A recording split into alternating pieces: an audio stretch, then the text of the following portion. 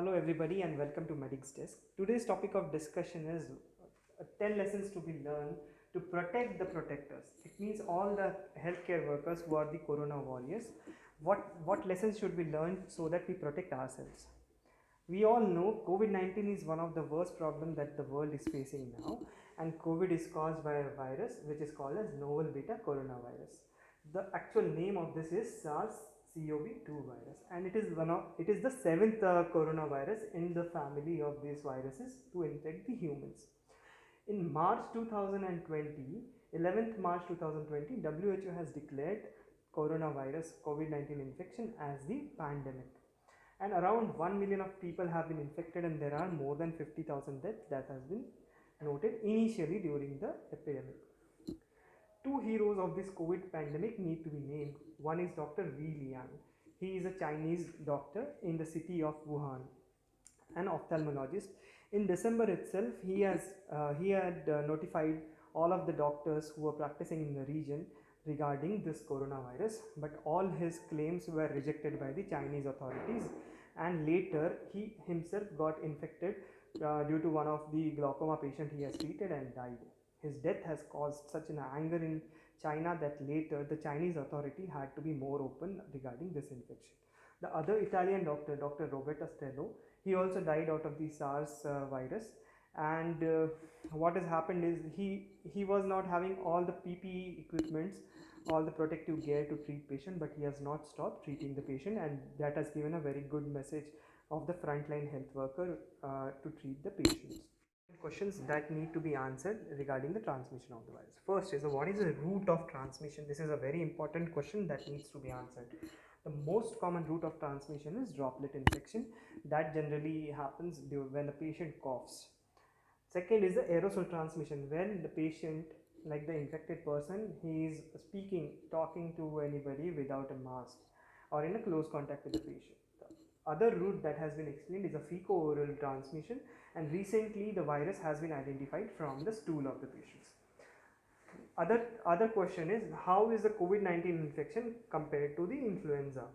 So the transmission dynamics of the COVID-19 infection were studied, and the number, that is the basic reproduction number, RO value, was 2.2, and the RO value for the common influenza virus is 1.3.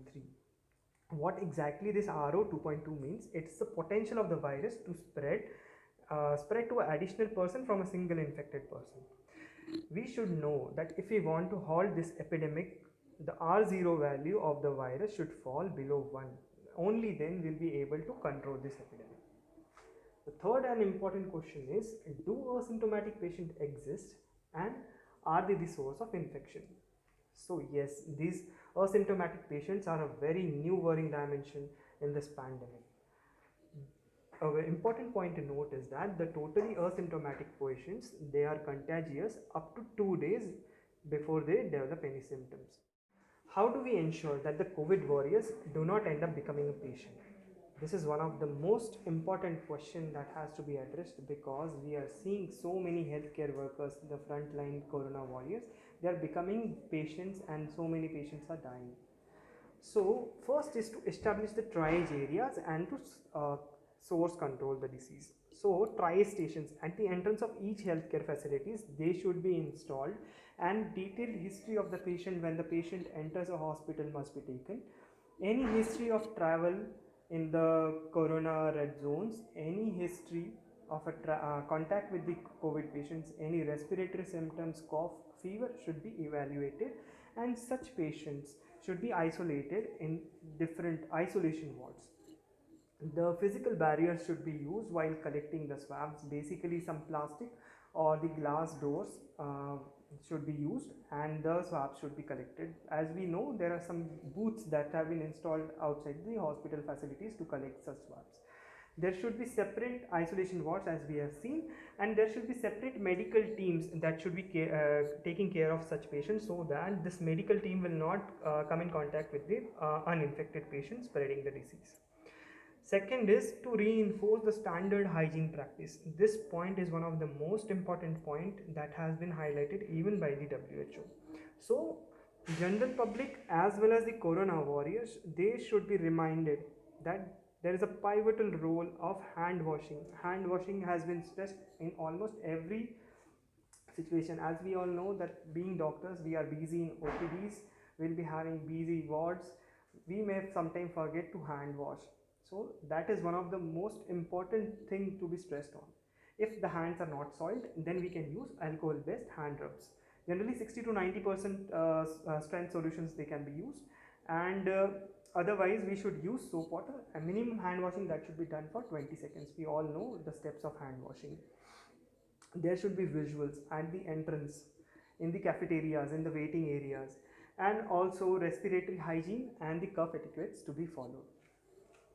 Coming to the other question, what safety measures should be followed during dealing the OPDs and the clinical patients? We all know in such pandemic our OPDs we should be minimizing the number of the OPDs, and we should see patient only when required. Otherwise we can use the video counseling, video call and the other facilities. There should be less crowding outside the OPD and inside the OPD as well. No relatives unless avoidable should be allowed into the OPDs, so that we maintain a social distancing with the patient. Only patient can be touched when the examination is required. The waiting areas, the room should be placed at a distance of 6 feet. That is very important. If the patient is having any respiratory symptoms, they should be given some paper mask, and if he is having fever or other symptoms, immediately they should be isolated. The area where the patients are waiting, it should be very well ventilated, and the doctors should wear a proper surgical mask and unsterile scrubs. Patient when examined, doctor should definitely do a hand washing with soap for minimum soap water with minimum 20 seconds, and after that he should follow the hand hygiene practice with alcohol based sanitizer. Safety measures while caring hospitalized COVID-19 patients. Such patients should be placed in the single room. The room should be adequately ventilated. WHO has given a guideline that 60 liters per minute should be the ventilation, and this is considered to be adequate. The beds must be spaced at a distance of 2 meters, and there should be a dedicated medical team that is taking care of such patients. All the healthcare workers, they should wear a complete PPE with N95 mask, either goggles or a face shield, clean non-sterile gowns and gloves, and correct doffing and disposal of the PPE is very essential. When the healthcare workers are in the vicinity of the patient, they should not touch eyes, nose or mouth with the bare hand or the contaminated gloves. The dedicated equipment should be used like sphygmomanometers, thermometers and the other equipments, and their proper cleaning is very essential. Unless necessary, patient should not be transported out of the room, and if required we can use portable radiographic instruments. In circumstances, a patient must be shifted to CT scan or MRI. In such situation, patient should wear an N95 mask, face shield and hand gloves, so that there is a less chance that an infection will spread to other personnel. But the personnel who are accompanying the patient should wear entire PPE kit. We all know the relatives and the patient, they are emotionally attached, and we won't allow any relative in the COVID ward. So in such circumstances, a patient must be in touch of their family members, and this can be done by video conferencing. That is done by most of the hospitals. So what to do if the personnel is like a healthcare worker is casually exposed to coronavirus? Do not self quarantine is the new dictum. Unless the person is symptomatic, to use universal precautions, N95 mask and full PPE. Suppose a healthcare worker who are exposed to patient was wearing all these things and is asymptomatic, he can continue to work in the hospital. Quarantine should be based on the duration of exposure. So what duration has been mentioned as close contact is different in different countries. Hong Kong says contact of 15 minutes less than 6 meters without a mask with a symptomatic patient, and Singapore says it for 30 minutes. So if the exposure was shorter, within 6 feet and for 2 minutes, worker can stay on job if they are wearing surgical mask, and temperature have to be monitored twice daily. The brief incidental contacts are there, monitor for the symptoms. If symptomatic, then only needs isolation, otherwise can work. any prophylactic drug is required for a healthcare worker was one of the commonest question that was asked. So, use of chloroquine or hydroxychloroquine itself is a controversial thing. But there has been a randomized controlled trial that has enrolled around 40,000 healthcare workers. They were given placebo or chloroquine or hydroxychloroquine and were followed for 3 months. The initial reports would be very interesting and world is waiting for the results. So what are the special precautions that should be followed if any aerosol generating procedures are done? So first we should know what are the procedures that will generate these aerosols. Any tracheal intubation and a non-invasive ventilation, tracheostomy, cardiopulmonary resuscitation, bronchoscopy. If these procedures are performed, they will generate aerosol. So adequately ventilated room should be used for such procedures. The adequate natural ventilation has been mentioned as 160 liter per second of ventilation per patient. If the procedures have to be performed, they should be performed in negative pressure room where minimum 12 air changes per hour should be done. All the healthcare workers who are performing the procedure, they should wear they should take care of universal precaution and wear full personal protective equipments. High flow nasal cannulas and NIVs, they generate more aerosol, so they should be avoided. And just for infection control point of view, if intubation is if we can do intubation over NIV ventilation, that should be performed, but there should be no breach in the protocol. Even if the healthcare workers, they are working tirelessly so that they are not exposed to the risk of infection. Coming to the next point, what should be the environmental control? So in the areas where the healthcare workers are working, like the wards of the COVID, these areas should be cleaned with water and detergent. All the surfaces must also be cleaned. The laboratories who are performing the procedures should follow the biosafety practices while collecting, handling and transporting the samples. The staff should be properly trained and the decontamination procedure should be properly followed if there is any spill. So what exactly is a spill? If the spill volume of the blood or the contaminant fluid is less than 10 ml, we use chloroquine based disinfectant with 5000 mg per liter strength.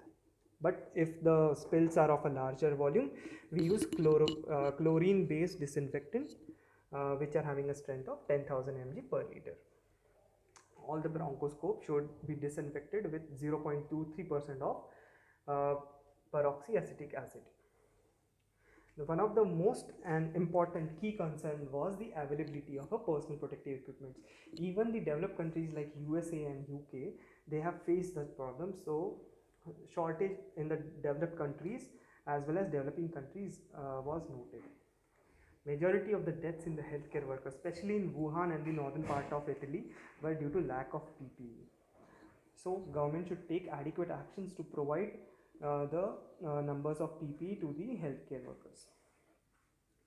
One aspect which is not answered by anybody and not taken into consideration is the emotional need of a healthcare worker. As we all know, healthcare workers, they are in extreme physical mental stress. They are working tirelessly, giving their duties and lives for the patient. What happens is they are in such an anxiety of their own health, of their family members' health. Also, they are in stress, depression and insomnia, and hence the emotional aspect of the healthcare workers must be considered.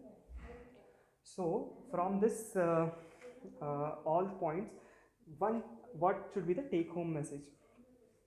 So all the healthcare workers, they should use PPE, all the universal precautions should be followed, social distancing must be followed to avoid any aerosol generating procedures, to keep the patients in well ventilated isolation wards and to stay safe. Thank you everybody.